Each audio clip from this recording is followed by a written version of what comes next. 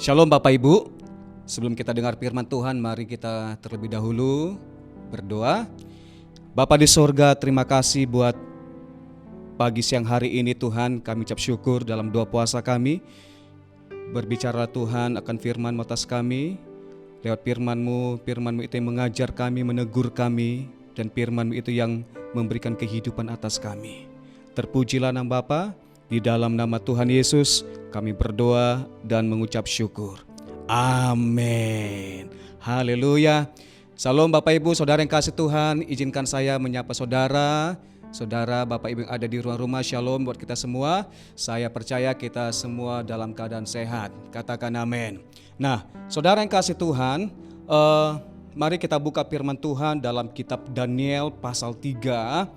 Daniel pasal 3 kita akan baca dari ayat 13, dari ayat 17 sampai dengan ayat 30. Daniel pasal 3 ayat 17 sampai dengan ayat 30. Mari kita buka Alkitab kita Bapak Ibu. Saya percaya kisah ini tidak asing lagi buat saudara. Saya akan baca buat kita semua, mari kita simak Alkitab kita.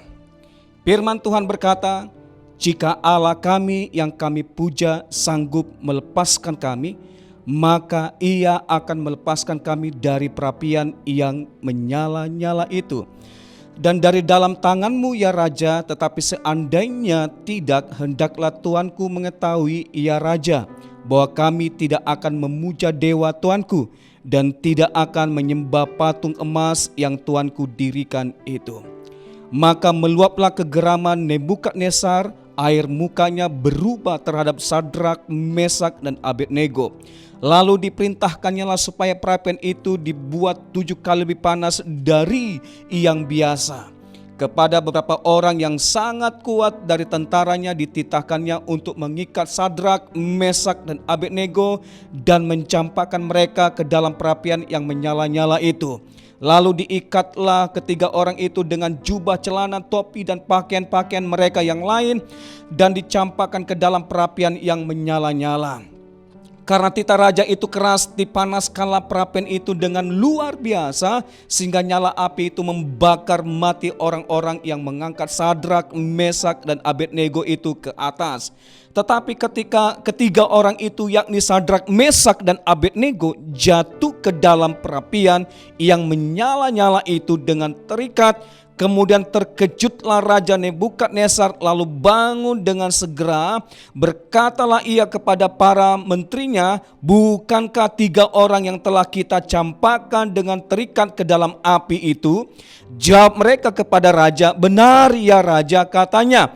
"Tetapi ada 4 orang kulihat berjalan-jalan dengan bebas di tengah-tengah api itu.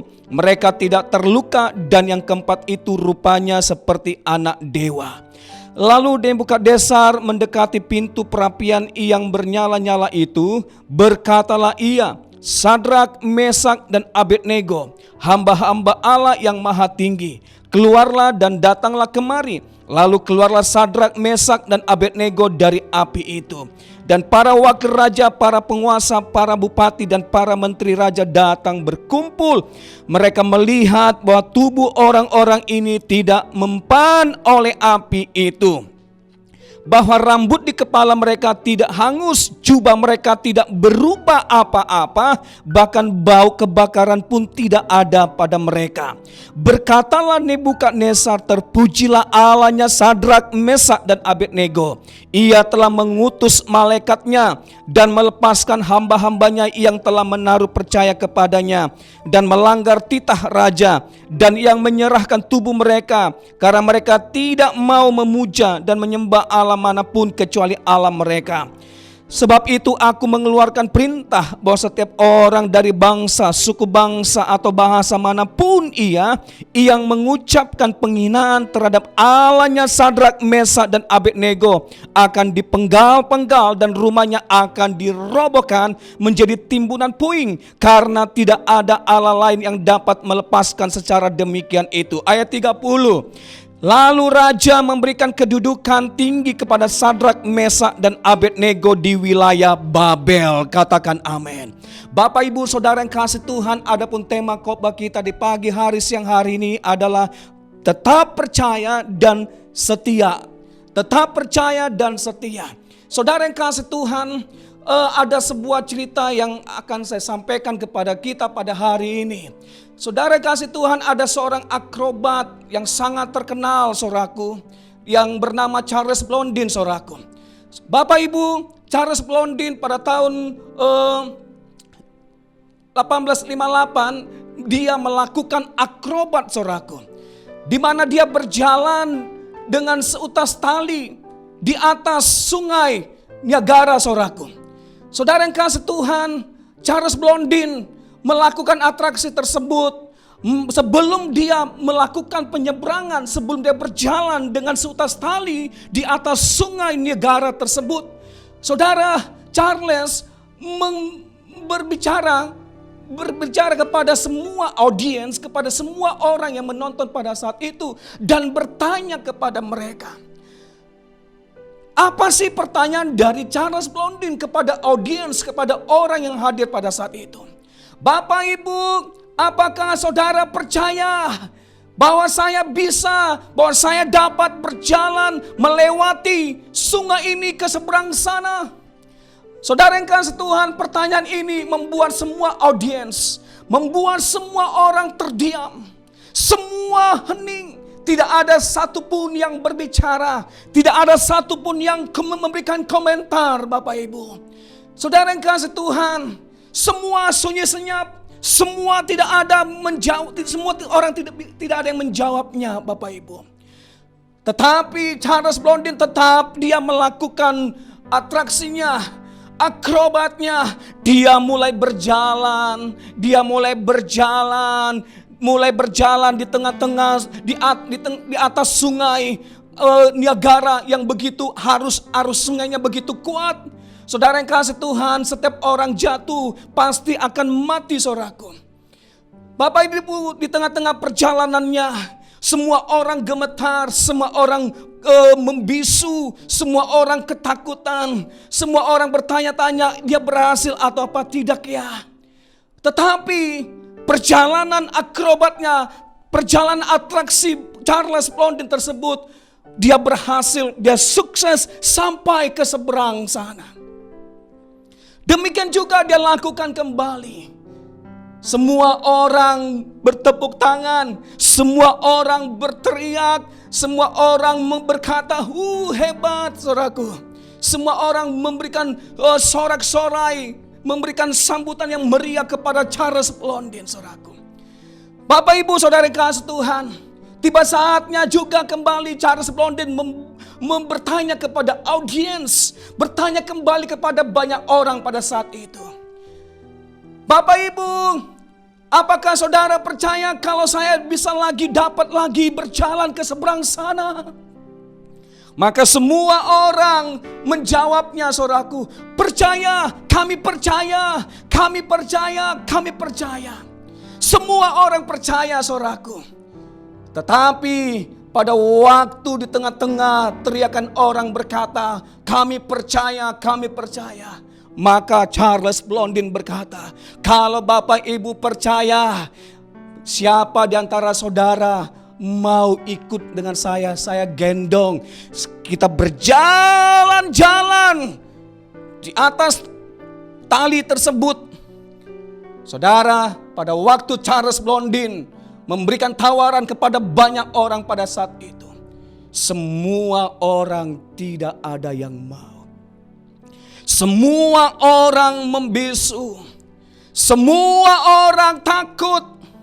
Padahal mereka berkata, percaya, percaya, kami percaya.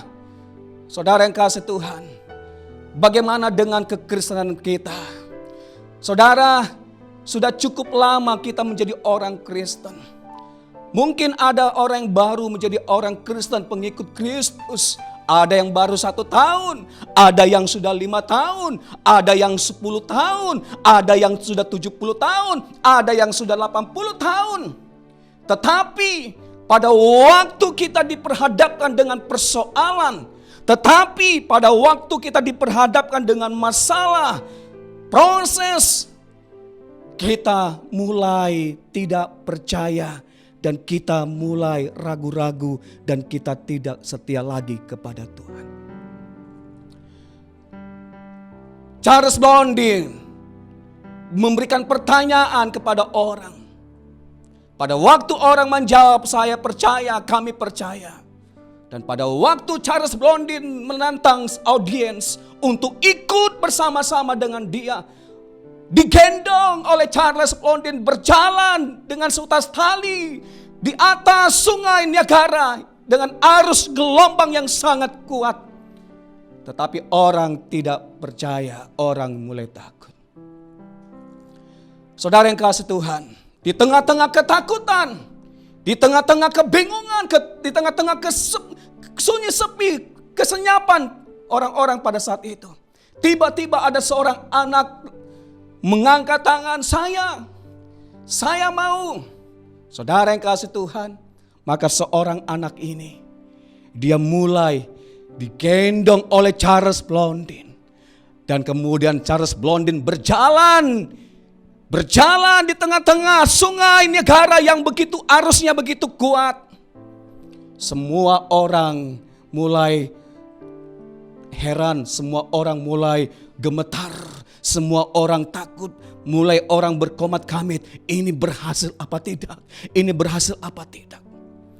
Saudara yang kasih Tuhan, tetapi ternyata perjalanan mereka sampai ke seberang membawa hasil yang memuaskan. Semua orang bertepuk tangan, semua orang bersorak-sorai, semua orang memberikan sambutan yang begitu sangat meriah.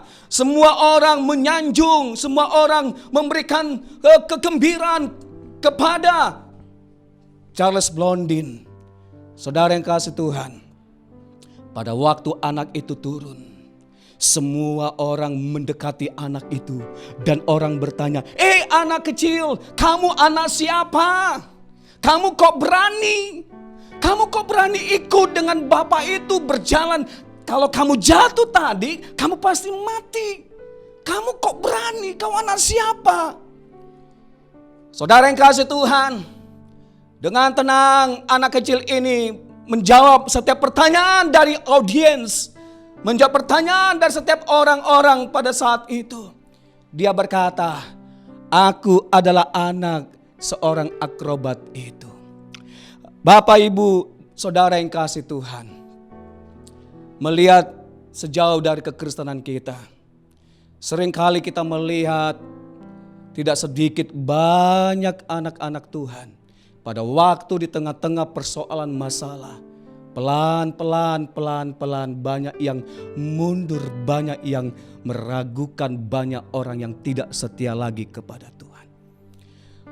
Oleh sebab itu siang hari ini firman Tuhan mengajar kepada kita supaya saudara dan saya, mari kita tetap percaya, bukan sekedar percaya, tapi kita tetap setia kepada satu pribadi itu, kepada Tuhan kita Yesus Kristus. Katakan amin. Kita berikan tepuk tangan bagi Tuhan kita Yesus. Sorakan haleluya. Saudara yang kasih Tuhan, firman Tuhan berkata, banyak orang yang dipanggil, tetapi sedikit yang dipilih. Dari yang dipanggil, dari yang dipilih, ternyata ada seleksi kemudian ternyata sedikit juga yang setia. Banyak yang dipanggil, sedikit yang dipilih, tetapi sedikit yang setia. Menjadi pertanyaannya buat kita, kita ada di posisi mana? Apakah kita ada di posisi hanya cukup menjadi orang-orang Kristen yang hanya dipanggil saja? Atau kita hanya puas, kita hanya cukup di posisi orang-orang Kristen, kriteria-kriteria yang cukup hanya dipilih saja? Saudara yang kasih Tuhan, tetapi saya mau ngajak kepada kita semua, biarlah kita menjadi kriteria, menjadi pribadi anak-anak Tuhan yang tetap setia kepada Tuhan kita Yesus. Katakan amin. Masih ingat tentang kisah Gideon melawan pasukan Midian. Jumlah pasukan Gideon sangat jauh sedikit dibanding dengan pasukan Midian. 135.000 banyaknya pasukan Midian. Sedangkan jumlah pasukan Gideon hanya kurang 32.000 orang saja. Tetapi Tuhan menyeleksi kembali dari jumlah yang sedikit itu, saudaraku. Ada 2 kali seleksi yang Tuhan lakukan terhadap pasukan Gideon. Tahap pertama Tuhan menyeleksi mereka. Tuhan memerintahkan Gideon supaya orang-orang Israel, barang siapa yang takut biarkan saja mereka pulang. Ternyata banyak yang takut, 20 ribuan orang pulang dengan takut untuk berperang. Tinggal sisa 10.000 lagi. Bapak, Ibu, Saudara yang kasih Tuhan, ternyata dari 10.000 tersebut Tuhan juga seleksi. Tuhan uji lagi. Allah memerintahkan kepada Gideon dengan seleksi yang kedua untuk melihat, memperhatikan bagaimana cara prajurit-prajurit Gideon dalam mengambil sebuah air. Yang pertama, apakah mereka meminum air langsung ke sungai tersebut? Atau yang kedua, pasukan yang mengambil air, meminum air dengan cara menggunakan tangannya sambil berjaga-jaga. Ternyata Bapak Ibu, dari 10.000 orang tersebut hanya tinggal 300 orang saja yang meminum air dengan cara menggunakan tangan sambil berjaga-jaga. Saudara yang kasih Tuhan, Allah menyeleksi pasukan Gideon. Ternyata dari puluhan ribu tinggal 300 orang untuk bisa masuk dalam peperangan. Oleh sebab itu pada hari ini Tuhan mengingatkan pada saya dan saudara, biarlah kita semua tetap kita percaya dan tetap setia kepada Tuhan kita Yesus. Nah, mari kita belajar dari kisah ini. Dari kitab Daniel pasal 3 ini. Bapak, Ibu, Saudara yang kasih Tuhan, ada 3 hal yang sangat penting yang kita pelajari pada hari ini. Lewat cerita ini, saudara yang kasih Tuhan, ada 3 anak muda yang ikut, yang masuk ke dalam pembuangan ke Babel. Sadrak, Mesak, Abednego. 3 anak muda yang cinta akan Tuhan, yang mengasihi Tuhan. Tetapi mari kita melihat apa yang terjadi dalam kehidupan ketiga anak muda tersebut. Saudara yang kasih Tuhan, yang pertama yang Tuhan ingatkan kepada kita pada hari ini, lewat kisah ini, lewat firman Tuhan yang kita pelajari, mari lihat di ayat 17, pasal 3 ayat 17. Firman Tuhan berkata begini, jika Allah kami yang kami puja sanggup melepaskan kami, maka Ia akan melepaskan kami dari perapian yang menyala-nyala itu, dan dari dalam tangan-Mu Ia Raja. Saudara yang kasih Tuhan, lihat firman Tuhan berkata, jika Allah kami yang kami puja sanggup melepaskan kami, maka Ia akan melepaskan kami dari perapian yang menyala-nyala itu, dan dari dalam tangan-Mu Ia Raja. Saudara yang kasih Tuhan, ternyata kita melihat apa sikap, apa respon, apa pilihan dari ketiga anak muda ini.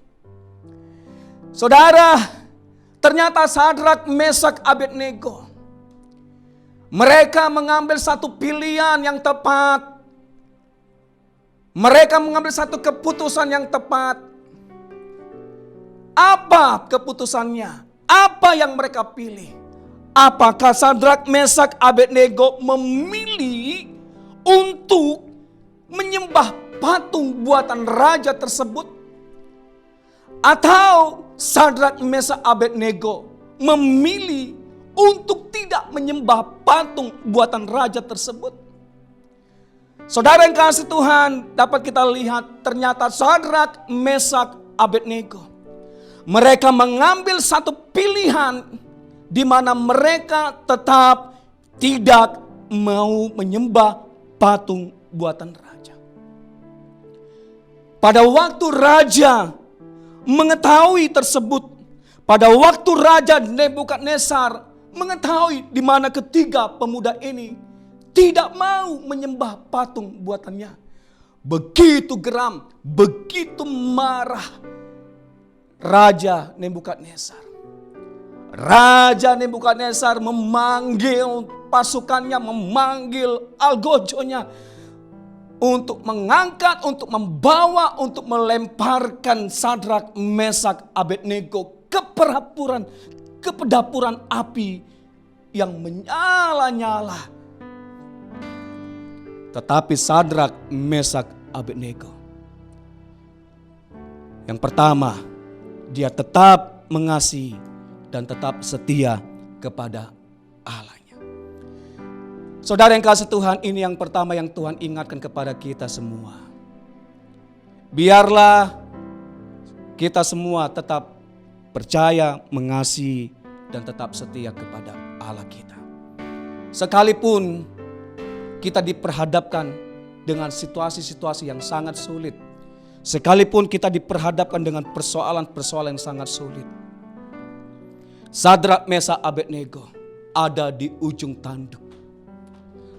Kalau mereka memilih untuk menyembah patung, selamatlah mereka.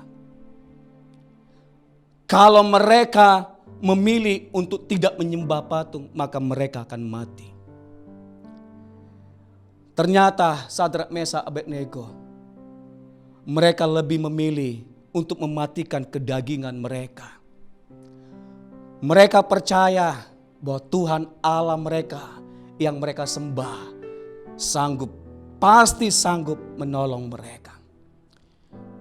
Di luar sana tidak sedikit banyak kita melihat anak-anak Tuhan pelan-pelan pada waktu diperhadapkan dengan persoalan masalah, tidak sedikit mereka mulai tidak mengasihi Tuhan. Mereka mulai undur dari Tuhan. Dunia mempromosikan, baik itu jabatan, baik itu promosi, baik itu kedudukan, baik itu keuangan, ekonomi. Saudara yang kasih Tuhan, di tengah-tengah mereka diperhadapkan dengan situasi yang sulit itu, mereka meninggalkan Tuhan.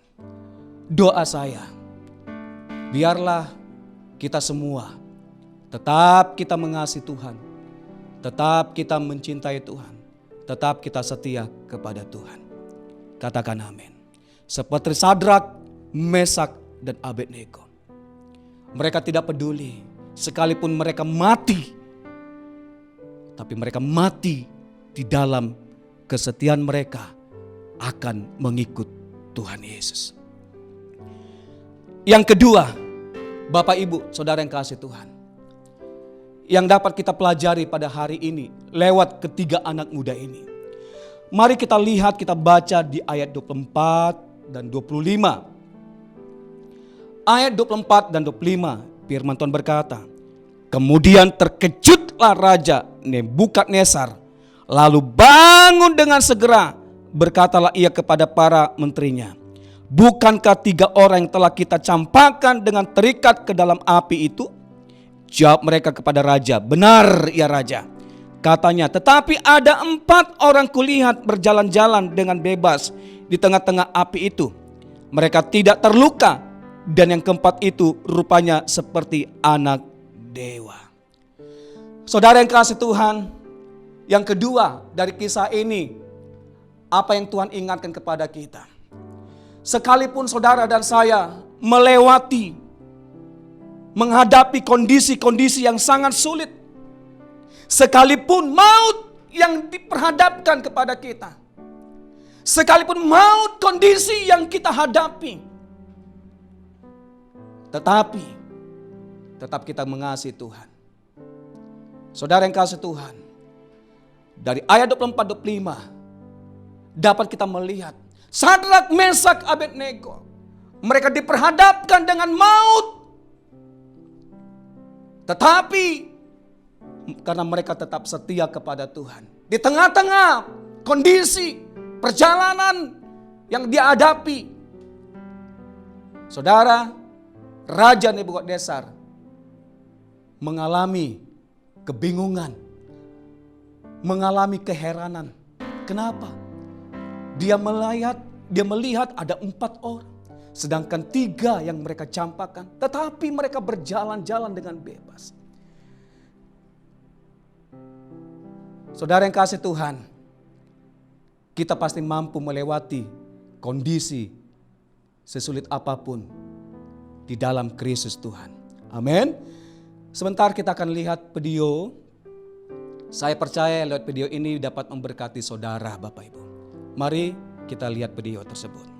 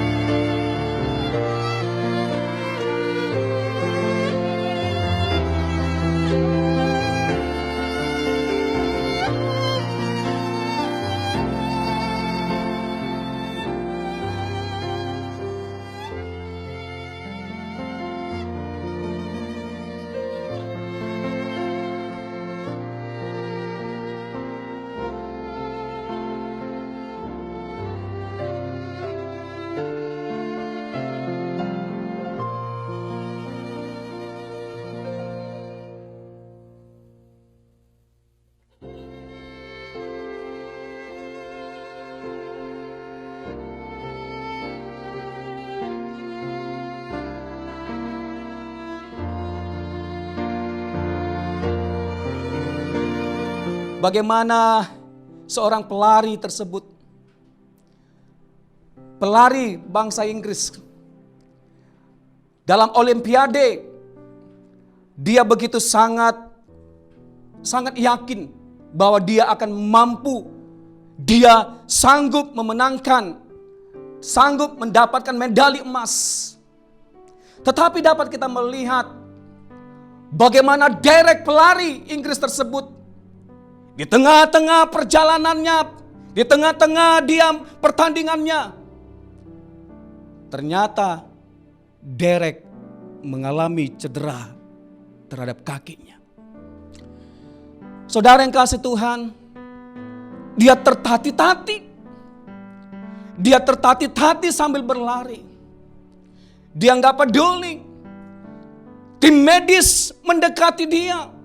Tim medis mengajak dia untuk naik ke tandu. Tetapi Derek pelari tersebut dia tidak mau. Dia fokus bagaimana supaya dia bisa dapat mengakhiri pertandingannya dengan baik. Sekalipun dia nggak mendapatkan medali yang dia mimpikan, yang dia harapkan sebelumnya. Tetapi yang dia harapkan fokusnya pada hari itu, bagaimana dia bisa menyelesaikan pertandingan tersebut sekalipun dalam kondisi yang tidak baik, sekalipun dalam kondisi yang tertati-tati, berlari-lari dengan pincang, berlari-lari dengan tertati-tati, dengan tidak ada kekuatan lagi. Saudara yang kasih Tuhan, di tengah-tengah tertati-tati dia berlari-lari, seorang pria mendekati dia. Ternyata dia adalah seorang pelatihnya, bahkan seorang ayahnya sendiri. Derek sangat terhibur di mana ada seorang ayahnya yang memberikan kekuatan kepadanya.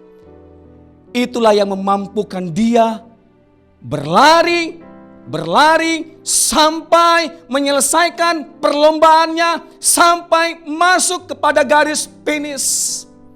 Semua penonton memperhatikan, semua penonton bertepuk tangan, memberikan semangat, memberikan ucapan kegembiraan kepada Derek pelari tersebut.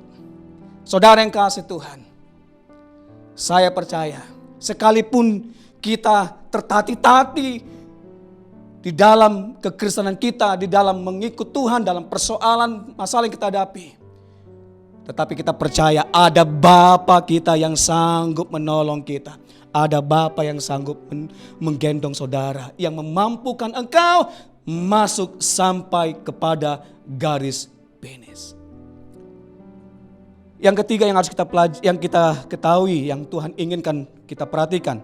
Ayat 29 dikatakan begini, sebab itu aku mengeluarkan perintah bahwa setiap orang dari bangsa, suku bangsa atau bahasa manapun ia yang mengucapkan penghinaan terhadap Allahnya Sadrak, Mesak dan Abednego akan dipenggal-penggal dan rumahnya akan dirobohkan menjadi timbunan puing, karena tidak ada Allah lain yang dapat melepaskan secara demikian itu. Yang ketiga yang kita pelajari dari ayat ini, firman Tuhan pada siang hari ini, biarlah kita membawa dampak, membawa pengaruh bagi orang lain. Saudara yang kasih Tuhan, membawa dampak, membawa pengaruh bagi banyak orang. Lihat apa yang terjadi terhadap Sadrak, Mesak, Abednego. Sadrak, Mesak, Abednego membawa dampak. Yang pertama membawa dampak keluar. Kepada siapa? Kepada banyak orang, kepada Raja Nebukadnezar. Yang kedua, mereka membawa dampak, membawa pengaruh terhadap dirinya. Lewat respon, lewat sikap mereka, lewat pilihan mereka. Walaupun di tengah-tengah perjalanan iman mereka, kesetiaan mereka dalam mengikut Tuhan, ada masalah, ada persoalan, mereka tetap setia dalam ikut Tuhan. Di balik semua itu, ternyata Tuhan dipermuliakan. Katakan amin. Firman Tuhan berkata ayat 9, Sadrak, Mesak, Abednego membawa dampak, membawa pengaruh bagi banyak orang, dan Tuhan dipermuliakan. Raja Nebukadnezar memberikan perintah. Apa perintahnya, saudaraku? Firman Tuhan berkata, sebab itu aku mengeluarkan perintah bahwa setiap orang dari bangsa, suku bangsa, atau bahasa manapun ia yang mengucapkan penghinaan terhadap Allahnya Sadrak, Mesak, dan Abednego akan dipenggal-penggal. Wow, Tuhan dipermuliakan, Tuhan diagungkan. Sadrak, Mesak, Abednego membawa dampak bagi Nebukadnezar, bagi banyak orang-orang di sekitar tersebut, bagi lingkungannya. Dan akibatnya juga membawa dampak dalam kehidupan Sadrak, Mesak, Abednego. Apa dia? Di ayat 30. Lalu raja memberikan kedudukan tinggi kepada Sadrak, Mesak, dan Abednego di wilayah Babel. Dampak yang mempengaruhi dalam kehidupan mereka, Tuhan akhirnya mempromosikan Sadrak, Mesak, Abednego. Saudara yang kasih Tuhan, biarlah kita semua tetap percaya, tetaplah kita setia kepada Tuhan. Sekalipun kita dihadapi dengan persoalan, masa-masa yang sulit, yang masa-masa yang sukar, kita percaya Tuhan ada di situ. Tuhan berjalan bersama saya dan saudara, menolong kita semua. Amin Bapak Ibu, amin. Oleh sebab itu tetaplah kuat, tetaplah percaya dan setia kepada Tuhan. Tuhan Yesus memberkati.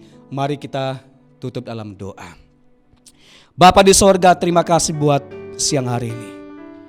Kami mau seperti Sadrak, Mesak, dan Abednego. Walaupun mereka diperhadapkan dengan maut sekalipun, tetapi mereka mengambil satu sikap pilihan, tetap setia mengikut Engkau. Tuhan, hamba berdoa buat setiap kami umat-Mu, gereja-Mu. Walaupun di tengah-tengah kondisi, keadaan yang tidak baik yang mereka hadapi, tetapi mereka sanggup mengatasi persoalan yang mereka hadapi bersama dengan Tuhan. Tuhan yang mengurapi mereka, Tuhan yang menyertai mereka, Tuhan yang memampukan umat-Mu, gereja-Mu, dimanapun mereka berada. Terima kasih Tuhan, bahkan mereka, bahkan umat-Mu, anak-anak-Mu, gereja-Mu akan keluar menjadi seorang pemenang. Terima kasih Tuhan, terpujilah nama-Mu, di dalam nama Tuhan Yesus kami berdoa dan mengucap syukur. Amin.